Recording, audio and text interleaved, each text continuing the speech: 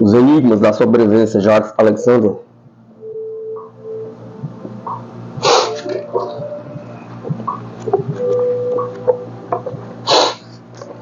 Kate King. A história das aparições de Kate King, que se materializou em Londres em 1871 e 1874, é tão fabulosa que ainda hoje se discute apaixonadamente. O seu médio era uma jovem de 15 anos chamada Florence Cook. Um dos primeiros homens da ciência a estudá-la foi Varley, o sábio da eletricidade, que, para a controlar, a tinha ligado a um galvanômetro. Nessas condições, Kate King apareceu-lhe materializada somente até a cintura, no entanto, tão real que ele pôde apertar-lhe a mão. O príncipe de Wittgenstein, que viu Kate King em casa de um íntimo, Mr. Luxmore, fala da sua beleza com emoção. O próprio tecido do seu manto é real ao tocar-lhe, escreveu. Examinando-a com mais atenção, apercebemos de que, nela, o que lembra o aspecto é o olhar. São tão belos quanto possível, mas esgazeados, com olhar glacial. Apesar disso, a boca sorriu e o peito elevava-se. Os relatos das sessões em casa de Luxmore são verdadeiramente sensacionais. Assim, naquela noite passou-se uma coisa curiosa. No momento em que Kate descansava diante do gabinete, à espera de pousar, vimos aparecer na abertura superior do comprimido braço de homem, nu até o ombro e que agitava os dedos. Kate voltou, censurou o intruso, dizendo que ficava muito mal. A outro espírito vir perturbar tudo quanto ela possava para o seu retrato e ordenou-lhe que se retirasse o mais depressa possível. Quase no fim da sessão, Kate declarou que as forças lhe faltavam, que estava a ponto de desaparecer. O seu poder parecia tão enfraquecido que a luz que penetrava no gabinete para onde se havia retirado ia dissolvê-la. Viu-me então desvanecer-se por completo, sem corpo e com o pescoço tocando no chão. A médica continuava atada, como no princípio. Esta desagregação é tão espantosa que o espírito crítico desaparece, apenas resta acusar a testemunha de mentira descarada ou de credulidade imbecil. Mais assombroso ainda, a noite em que os presentes tinham insistido muito para verem Kate, a uma luz mais intensa, ela consentiu em satisfazê-los mais, prevenindo-nos de que as consequências seriam desastrosas. Eis o que se passou quando se encostou a uma parede de braços cruzados e os 3 bicos de gás foram abertos ao máximo. O efeito sobre Kate King foi extraordinário, apesar apenas resistir um instante, depois vindo a desaparecer sob os nossos olhos. Exatamente como uma boneca de cera diante de um lume intenso. Primeiro, desvanecesse as feições que já não distinguimos, os olhos foram absorvidos pelas órbitas, o nariz desapareceu, depois os membros cederam, e todo o corpo deu de si como um edifício que desaba. Só restava a cabeça sobre o tapete. Em seguida, um pouco de pano branco que desapareceu como se subitamente o tivesse puxado de cima. Continuamos uns instantes de olhos fixos no local onde Kate King tinha deixado de se manifestar. Assim terminou essa memorável sessão.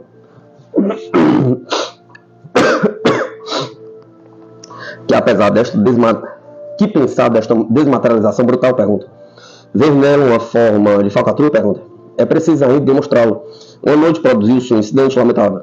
Um tal Mr. Volkmann, antigo membro do Comitê da Sociedade Dialética, que, como se recordam, examinava cientificamente o paranormal desde 1869, levantou-se, exclamando, é a médium, e agarrou Kate King pela cintura.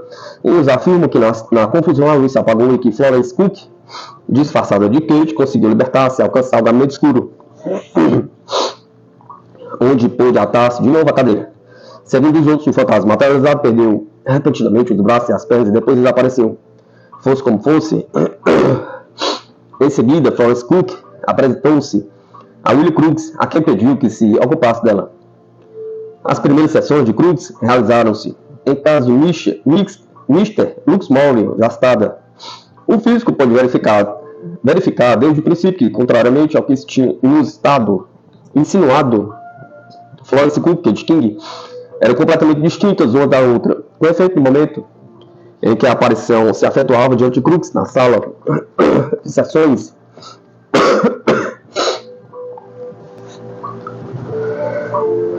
Ele ouviu distintamente um soluço da médium. Entrando no gabinete escuro, deu uma importância apenas relativa a essa prova indireta ou que, evidentemente, exigiu uma confirmação. Em compensação, insistiu no fato de Kate mostrar certa semelhança com Florence. A esse propósito, sugeriu a possibilidade de um desdobramento. Um duplo, vestido de modo diferente do próprio indivíduo. Que está vestido de veludo negro? Pergunta. O problema está no outro lado. Por que é que uma entidade materializada ou não usa roupas? Pergunta. A natureza ignora o pudor. Ainda não foi dada a resposta a essa pergunta. Outra noite, Kate King tentou várias vezes mostrar-se ao mesmo tempo que Florence no gabinete escuro, mas sem conseguir. Crux voltou, pois, à sala das sessões. Kate reapareceu pouco depois e disse-me que estivera todo o tempo de pé junto da menina Cook. Perguntou então se podia tentar uma experiência e,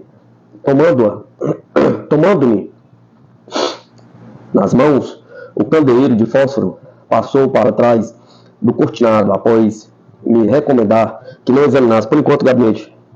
Ao fim de breves minutos, devolveu-me o candeeiro, confessando-me ter-lhe sido impossível saísse bem, que esgotara todo o fluido da média, mas que tentaria de novo na outra sessão. O meu filho mais velho, um rapaz de 14 anos, sentado em frente de mim em posição tal que podia ver, para lá do cortinado, disse-me que observara distintamente o candeeiro de fósforo, parecendo flutuar no espaço por cima da menina Cook,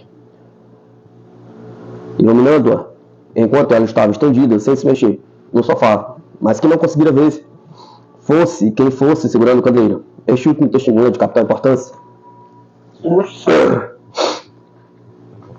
porque estabelece que Florence Cook e Kate King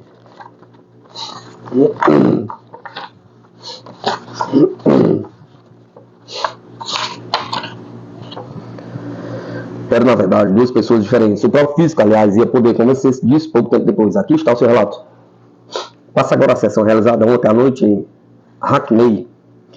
Kate nunca apareceu como uma perfeita tão grande, com uma perfeição tão grande. Durante perto de 2 horas passou na sala conversando familiarmente com os que estavam presentes. Várias vezes me pegou no braço ao caminhar. E a impressão sentida pelo meu espírito de que era uma mulher viva que se encontrava ao meu lado, e não um visitante de outro mundo. Essa impressão, dizia, foi tão forte que a tentação de repetir uma recente e curiosa experiência se tornou quase irresistível.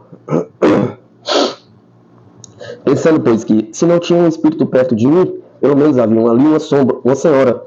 Pedi-lhe licença para apertar nos braços, a fim de me permitir verificar as interessantes observações que um experimentador audacioso revelara recentemente. Essa permissão foi-me graciosamente dada e, por consequência, usei-a decentemente, como qualquer homem bem adequado teria feito nestas circunstâncias. Mr. Volkner ficara encantado por saber que posso corroborar sua asserção de que o fantasma, que de resto não ofereceu resistência nenhuma, era um ser tão material como a própria menina Cook. Mas a continuação há de mostrar como o experimentador faz mal por mais cuidadas que as suas observações possam ser, em se arriscar a formular uma conclusão importante quando as provas não são em quantidade suficiente. Kate disse então que dessa vez se julgava capaz de se mostrar ao mesmo tempo que a menina Cook. Baixei o gás. Em seguida, com o meu candeeiro de fósforo, penetrei na sala que servia de gabinete, mas tinha pedido previamente a um amigo meu, que é hábil estereógrafo, que tomasse nota de todas as observações que eu pudesse fazer enquanto estivesse nesse gabinete, pois se é a importância que se atribui às primeiras impressões e não queria confiar na minha memória mais do que necessário. Essas notas estão nesse momento à minha frente. Entrei no gabinete com precaução, completamente às escuras. Foi às apalpadelas que procurei a menina Cook, encontrei-a agachada no chão, ajoelhando-me. Deixei entrar o ar no meu candeeiro e a luz frouxa via essa jovem vestida de veludo negro, enquanto toda a aparência de estar completamente insensível. Não se mexeu quando lhe peguei na mão e segurei o candeeiro, bem encostado ao seu rosto, mas continuou a respirar compassadamente.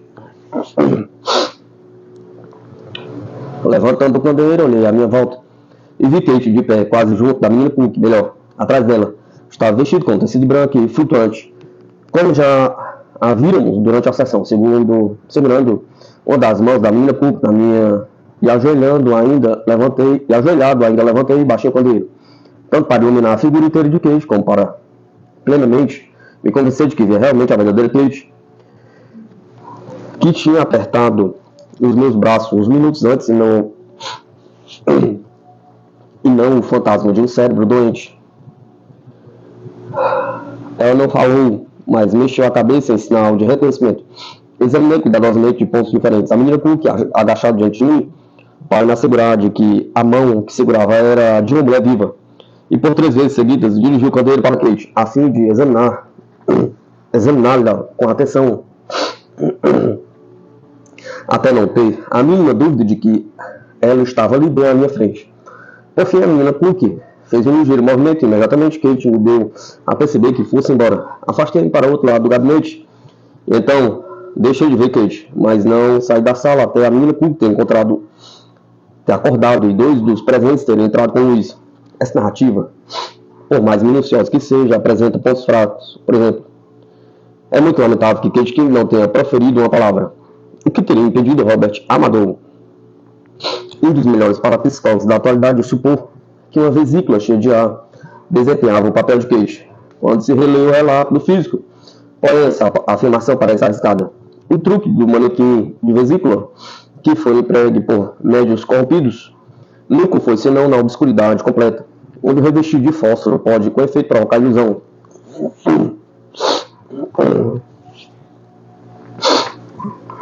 Além disso, Amador escreveu que o médium se entregou a um verdadeiro jogo das escondidas com o experimentador, e que de fato nessa noite não viu no mesmo instante o médium fantasma como pretendia e como teve a sensação.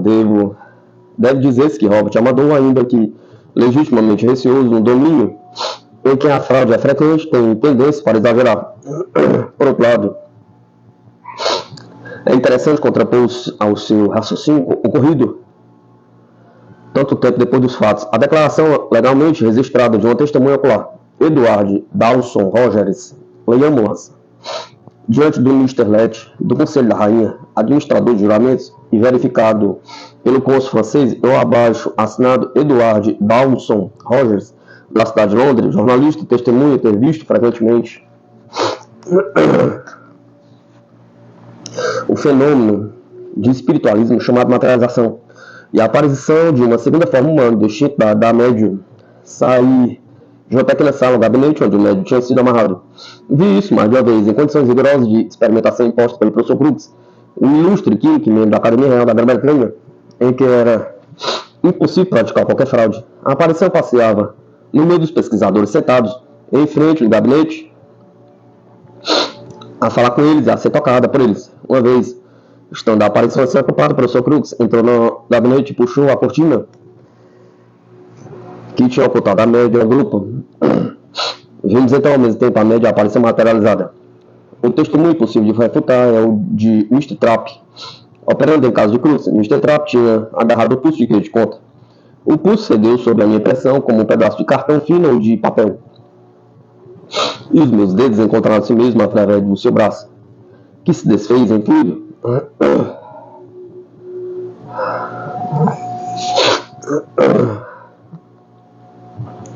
Uma objeção mais justificada, parece-me, é que William Crooks nunca revelou o que Kate lhe disse quando vemos-las mais adiante. Ela falou claramente de uma missão que tinha que cumprir.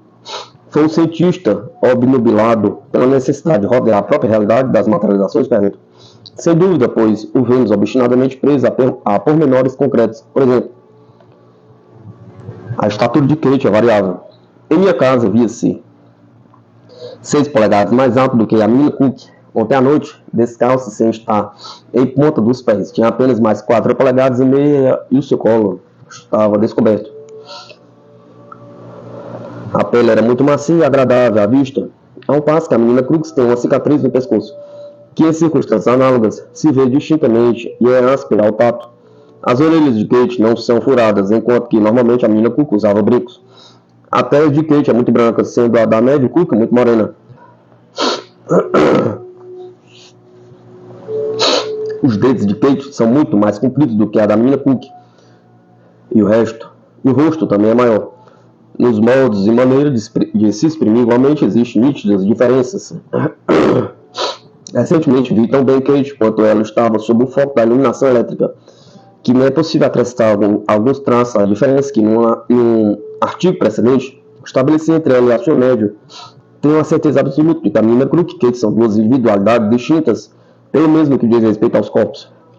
Vários pequenos sinais que se encontram na cara da menina Cook faltam na de Kate. A cabeleira da menina Cook é de um castanho tão escuro que quase parecia preta. Um caracol da de Kate, que está aqui à minha frente, e que ela me deixou cortar entre suas tranças exuberantes, após tê-lo seguido com os meus próprios dedos, até ao alto de sua cabeça e me ter assegurado que tinha crescido lá. E de um rico castanho dourado. Uma noite contei as pulsações de Kate. O pulso registrava regularmente 70 a 75, enquanto o da menina Cook, poucos instantes depois, atingia 90, seu número habitual. Encostado o ouvido ao peito de Kate, ouvi o coração palpitar. Todos quantos estudaram o caso sem precedente de Kate King, o ser mais curioso jamais aparecido neste mundo, conhece as fotografias apresentadas por Crooks, que revelou assim a forma como procedera.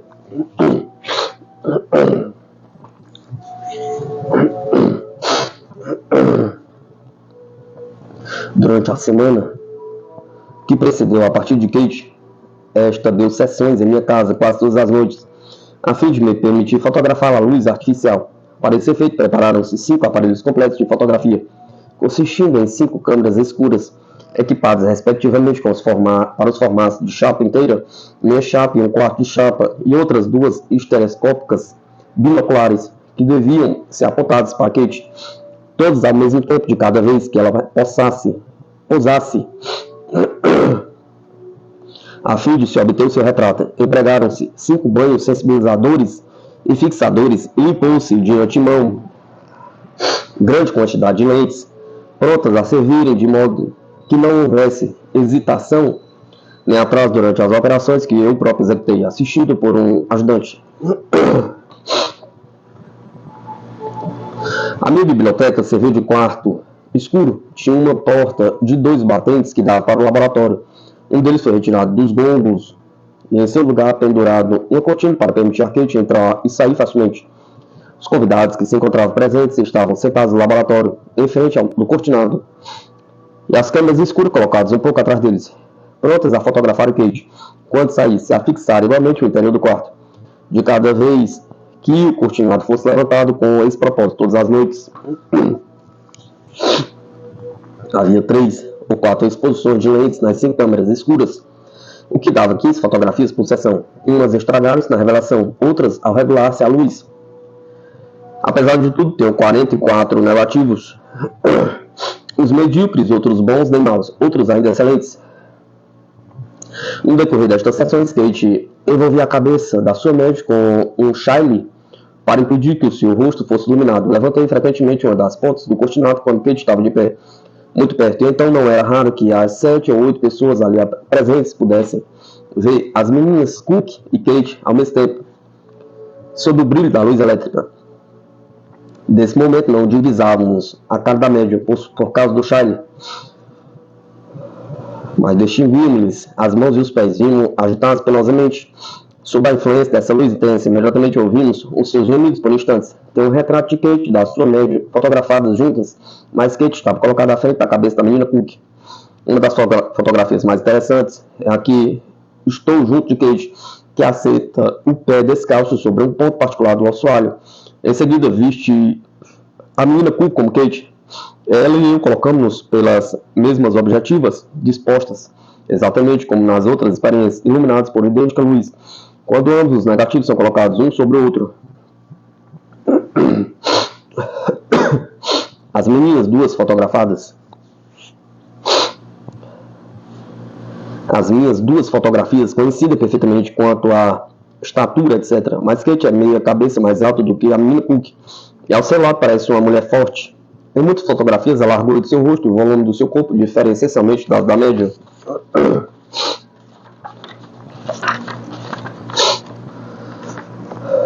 Como Comentadores mal intencionados acentuaram que várias sessões tiveram lugar em Hackney, em casa dos pais de Florence Cook, e falaram abertamente da cumplicidade de hipótese que é de afastar, pois, durante as sessões de quem agora conhece o essencial e que foram realizadas em casa do próprio físico, a média e Kate estiveram sempre à vista de todos, mas mencionam o fato de Florence ter residido, por vezes, durante uma semana inteira na casa de Crooks, não levando senão um pequeno saco aberto e nunca ficando sozinha, mesmo à noite. Isso não impede que se tenha dito e redito que Crooks foi enganado pela jovem, o que torna o caso tão puzzling, segundo a expressão de Thierry, é que é indubitável que o cientista se enamorou de Kate. O amor é forte como a morte. Cantar o cântico dos cânticos. E esse louco amor de um cientista do século XIX por uma morte era tão grande que Crooks não hesitou em inserir esses versos em um dos seus últimos relatórios. Em sua volta, ela criava uma atmosfera de vida. Seus olhos pareciam tornar o próprio ar mais brilhante. Eram tão belos, tão doces e cheios de tudo que podemos imaginar dos céus. A sua presença subjugava a tal ponto que não teríeis achado que fosse idolatria cair de joelhos. Deve ver-se nessa paixão singular a razão do silêncio de Crooks acerca de Kate, que lhe contou por ocasião das suas múltiplas manifestações. Pergunta. Quem não saberá? Pergunta. Seja como for, Kate dissera sempre que não voltaria à Terra senão durante uns tempos. Deu uma derradeira sessão em 21 de maio de 1874. Eis a narração pormenorizada de um dos presentes.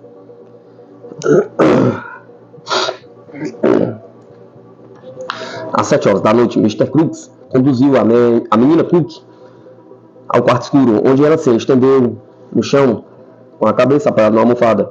Às 7h28, Kate falou pela primeira vez e às 7h30 mostrou-se fora do cortinado em corpo inteiro.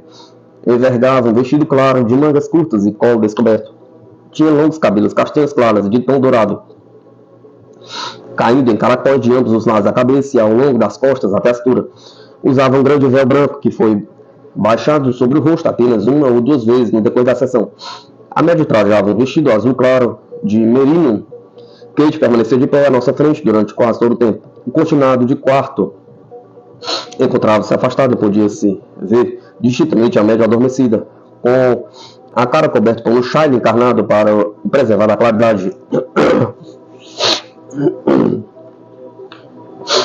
Não abandonar a posição inicial, Kate falou da sua próxima partida e aceitou um ramo que Mr. Trapp lhe tinha levado, assim como alguns lírios atados com fio e oferecido por Mr. Crooks. Kate convidou Mr. Trapp a desatar o ramo e a pousar as flores no soalho diante dela. Nessa altura sentou-se à maneira turca e pediu-nos que fizesse o mesmo à sua volta. Então separou as flores e repartiu-as em pequenos ramos envoltos em fita azul pelos circunstantes. Também escreveu umas cartas de despedida a alguns dos seus amigos, assinando-as em Owen Morgan e dizendo que era este o seu verdadeiro nome durante a sua vida terrena. Escreveu igualmente uma carta à sua média e escolheu para esta um botão de rosas como presente de despedida. Kate pegou então na tesoura, cortou uma das madeixas de cabelo e distribuiu-a para todos nós. Em seguida, dando o braço a Mr. Crooks, percorreu a sala e apertou a mão de todos. Kate sentou-se de novo, cortou vários pedaços de vestido e do véu, de que fez oferta. Vendo buracos tão grandes no seu vestido, perguntaram-lhe, enquanto estava sentado entre Cook e Trapp, se podia reparar os estragos, como havia feito em outras ocasiões. Apresentou então a parte cortada, a claridade da luz, deu um toque por cima, no mesmo instante esta parte ficou tão completa e perfeita como antes. As pessoas que estavam sentadas perto examinaram e tocaram o tecido com a autorização dela. Afirmaram que não existia nenhum buraco, nem costura, nem qualquer bocado acrescentado, onde um instante antes tinha visto buracos de várias polegadas de diâmetro. Não esqueçamos que isto se passava em plena luz, sob olhares atentos e muito próximos, o que exclui até para os mais desconfiados qualquer astúcia de ilusionismo. Em seguida, deu as últimas instruções a Mr. Crooks e aos outros amigos acerca do comportamento a seguir, relativamente às prometidas manifestações posteriores da sua média. Essas instruções foram cuidadosamente anotadas e entregues a Mr. Crooks, pareceu então fatigar, e dizia distraidamente que desejava ir-se embora, que a força lhe desapareceria. Repetiu as suas despedidas A todos, do modo mais afetuoso, os presentes agradeceram as maravilhosas manifestações que lhe proporcionaram. Enquanto dirigia aos amigos um derradeiro olhar grave e pensativo, deixou cair o cortinado e tornou-se invisível.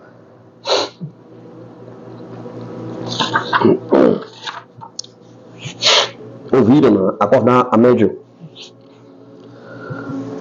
que lhe pediu a chorar que ficasse por mais algum tempo, mas Kate disse-lhe: não posso, minha querida, a minha missão está cumprida, que Deus te abençoe.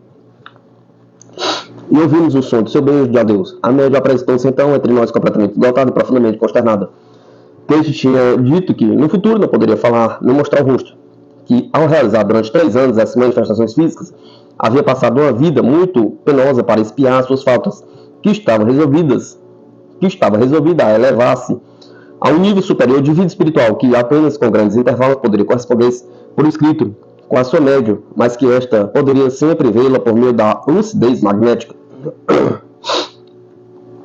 Assim terminou esta aventura, que uns julgam extravagante, arrepiando-se-lhes a razão, a ideia de uma morta, que aparece intermitentemente durante 3 anos, ser vivo, fugaz, ser de carne e de sangue, com tudo o que isso implica. Isso é um organismo assumido até as funções mais triviais, para se desvanecer subitamente, tornando-se imperceptível no mesmo instante. Esses preferem lançar mão da história de uma carta de uma certa Mr. Cormer, uma médica que em 1880 foi apanhada em flagrante delito por fraude. Essa Mr. Cormer não era senão a antiga Florence Cook. Pode considerar-se a causa julgada? Pergunta. William Crookes, o grande Crookes, foi bem julgado? Pergunta. As coisas não são assim tão simples. Com efeito, provou-se superabundantemente mais tarde que o médium a quem sucede uma comunicação em vão, e com mais razão ainda, que sente a sua faculdade diminuir, trapaceia por interesse ou por orgulho. Douglas Home continua a ser a única exceção, visto que anunciou sempre e francamente os eclipses da sua mediunidade, e que, por outro lado, esta lhe foi constante até a morte. Deve ter-se constantemente presente no espírito que o médium possui um psiquismo sobremaneira anormal, e que, no auge do seu poder, sente tal fadiga nervosa quando está em transe, enquanto a sua vontade consciente é abolida ou obnubilada, que é irresistivelmente levado a simular os fenômenos que, apesar disso, pode produzir.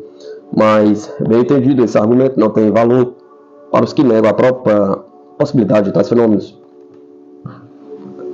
No caso de que nos ocupamos, limitamos a verificar que, se na altura Crookes não interveio, pelo contrário, em 1898, fez uma afirmação categórica perante o Congresso da Associação Britânica para o Avanço das Ciências, da qual era presidente.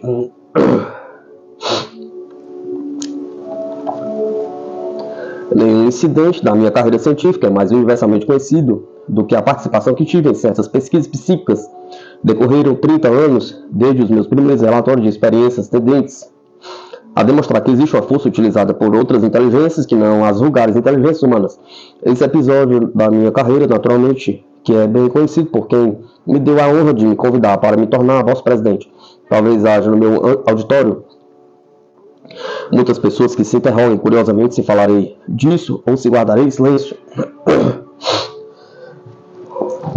Não me considero com direito de insistir aqui numa matéria ainda sujeita a controvérsia sobre uma matéria que, como Wallace, Ludwig e Barrett já demonstraram, ainda não atrai o interesse da maior parte dos cientistas, meus colegas. Embora não seja de modo nenhum indigna das discussões de um congresso como este, passar em silêncio esse assunto seria um ato de cobardia que não me sinto a menor tentação de cometer. O pesquisador não tem outra coisa a fazer senão caminhar direto adiante dele, a explorar em todos os sentidos, polegado por polegado, com a razão como guia, seguindo a luz por todo lado onde posso conduzi-lo, mesmo quando essa luz por momentos se assemelha a um fogo fato. Nada tenho de me retratar. Mantenho-me fiel às minhas declarações anteriormente publicadas. Poderia até acrescentar-lhe muito. Dizendo isto, William Crookes confirma solenemente o que outrora havia declarado com firmeza a propósito das aparições de Kate King. Não digo que isso é possível, digo que existe. Mas deixava perceber muito mais. Acho inoportuno revelar o que Kate King lhe tinha dito, então pergunto. Talvez Viu-se bem como reagiu o bom senso das massas quando Oliver Ludwig não receou dar a conhecer o que o seu falecido filho Raymond lhe havia dito da vida no além.